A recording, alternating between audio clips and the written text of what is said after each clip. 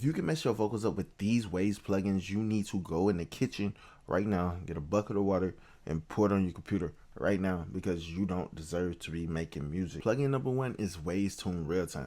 This is one of the more affordable auto-tune plugins out there. It's very easy to use. You set it like speed, note transition, correction, 100. You choose the key of the beat and the scale of the beat. It's that simple.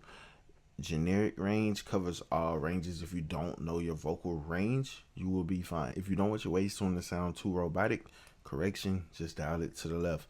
If you need to improve the note transition to make it less like glitchy, less tighter, you go to the right. The speed, to the right. If you want to like loosen that up, right?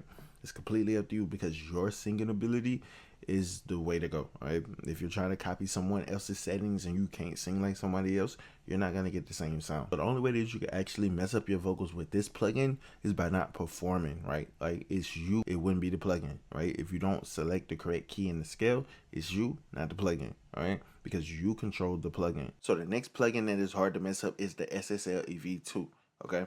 This is a good, solid Waves plugin for you to record your vocals through. This has everything you need. It has a mic pre, it has your compressors, it has a gate, it has your filters, it has the bottom, it has an EQ section, so you can really shape a vocal how you want. This is modeled after the iconic SSL boards that you can find in a lot of studios worldwide, alright?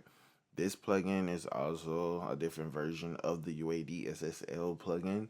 So it's like you can record through this plugin like you're in a studio. You can mix with this plugin as if you was mixing through it, right? It can help give you that analog workflow, but it's like this plugin is a little intimidating to some people because you can't just visually see the movements and everything that you do, but it's very hard. Like, if you can choose a preset and then you set it and forget it for the most part, right? And it's like one of the perks of having this plugin is like, you hear how when I'm looking at the microphone, you hear how my voice is. Like, you hear it, like everything is there, like the detail, everything is there. So it's like me recording through this plugin like I was in a studio would really, really improve the mixing and speed up the workflow, because I have a good, solid foundation from the get-go. The next plugin is one of the most hated plugins online. I'm kidding. Mike Dean is the only one that hates it. And that plugin is CLA Vocals. This plugin is so beginner friendly. It is so easy to use. It is extremely hard to fuck up, right? Because it is self-explanatory. Like, when I turn it on, like, we hear some weird things. If I don't like this, I turn it off, right? If I don't like this, I turn it off. If I don't like the reverb, I turn that off, right? So we really can focus on the bass, the treble, and the compression. And we have 3 different modes for each different section. So when we move these faders, like, you hear how my voice, you hear how my voice gets pushed to the front, because that's what it's pushed. Spank, you hear how more aggressive that sounds. And then wall is gonna be like peak. You see what I'm saying? So like, if I don't like how that sounds, I just turn that down, but just find their good levels. So it's like, it's up to you on how you choose to set this. And then we got treble. So we got bite, we got top, we got roof. Treble is like, it's gonna affect that high end. Like, a lot of people want to get like those crispy, airy vocals they cut through. So it's like, you hear how bite makes my voice sound. Like, if I reduce it, you hear how muffled that gets. Then if I boost it, you hear how bright that gets. Top, you hear how like open that gets. And roof, that gets brighter.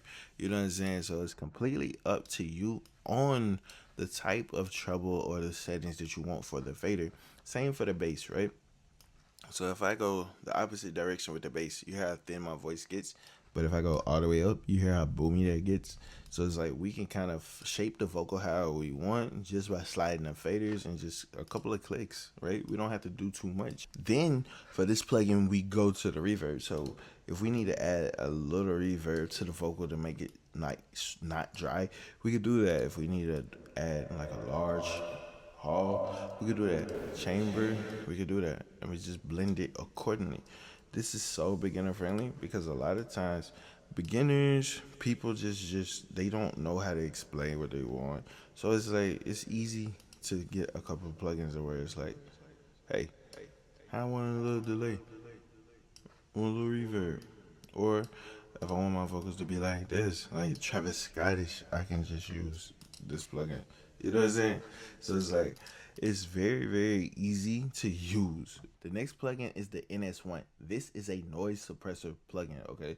It's very simple. It has one fader, so it's extremely hard for you to fuck up. When you turn the fader up, right, you hear how it just knocks the room out into where that sounds unnatural. So this is something that you don't want to do, all right? So as you see over here, oh, as you see the audio, like that's getting clean. Anytime I like stop talking, watch this. That's just blank. Now when I slide this down, we're still gonna see some of that room. We're gonna hear some of that. We're gonna see some of that, but it's not as much.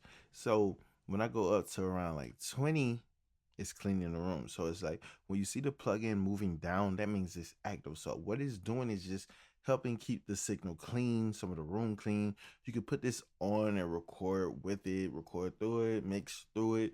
It can give you that little extra cushion to know that you're suppressing unwanted noise. Just look, for the next plugin, I had to group it together, okay? It is the Shep 73, and this plugin goes great with the CLA 76 and the CLA 2A because the 73, the 76, and the 2A are one of the most common recording chains. Like a lot of your favorite artists record through a Need 1073, regardless if it's rap, regardless if it's pop, R&B. A lot of people are recording through the Need 1073 because the preamp, when you push it past a certain point, gives you a certain little saturation that adds harmonics to the vocal, which gives it a certain texture. You know what I'm saying?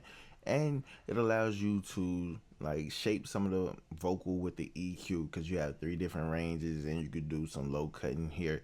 And then you have the 76 that is running into, and that's gonna control some of the peaks. Then that is gonna run into the 2A, and the 2A is gonna boost the signal but keep it to where it's not like just peaking and just going crazy, right? It's gonna help tame it, right? And you don't want to overdo it, but this allows you to record good, to record like you're in a studio, because I know a lot of people record at home, right? They want to be able to get that pro sound, that industry sound, because the 76 and the 2A together equal the 2-Tech, the CL1B, that blue compressor that you see in a lot of studios, because a lot of artists go 73, 2-Tech. It's that simple. A lot of people get confused when it comes to delays, and I don't understand. This delay is one of the easiest delays to use. You can match it from the BPM, or you just do the host, because the host is sync. Listen, because the host syncs with the session. So if you have the session set to the BPM correctly, you select host. And this is essential because your delay times are going to be on point. You don't have to do that stupid ass calculator trick. You don't have to do that. All right.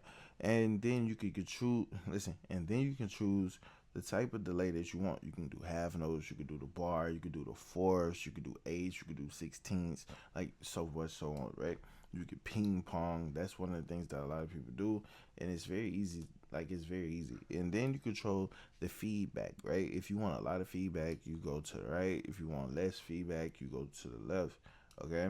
If you want to sit here and do something interesting, you click link. You want more dry signal included in, you just dial it back to the left. And if you want to keep it at full effect, you keep it at full effect. Then you go to output. This just controls the output of the delay, okay? And then analog is just different types of noise, right? If you don't want the noise, you just turn it off, okay? It's that simple. Okay, this plugin is so easy. For the people that want the deep voice, or the chipmunk voice, or the demon voice, whatever you want to describe it as, this plugin is so easy to use. It's vocal bender, okay? So like, watch this. If I want my voice to sound like this, where it's not like me, I can just adjust the settings and I just sound like this. But then if I want to sound like this, I can sound like this. It's completely up to me on what I want to do, right? So, like, or if I just want to adjust the formats, I can adjust the formats. If I want to blend the signal more, I can just blend the signal more, okay? It's just straightforward. Like, we don't have to go into the extra settings down here at the bottom if we don't want to, okay? Because the goal is, hey, we can get weird, cool audio settings just with these two. with 3. You know what I'm saying? Because we have the control. Okay? It's not like a guaranteed setting that we can use that's going to give us a lot of streams or something like that. Like, this is so hard to fuck up your vocals with because if you use this plugin, you know what you're doing with this plugin because you want to, right? You want the D voice.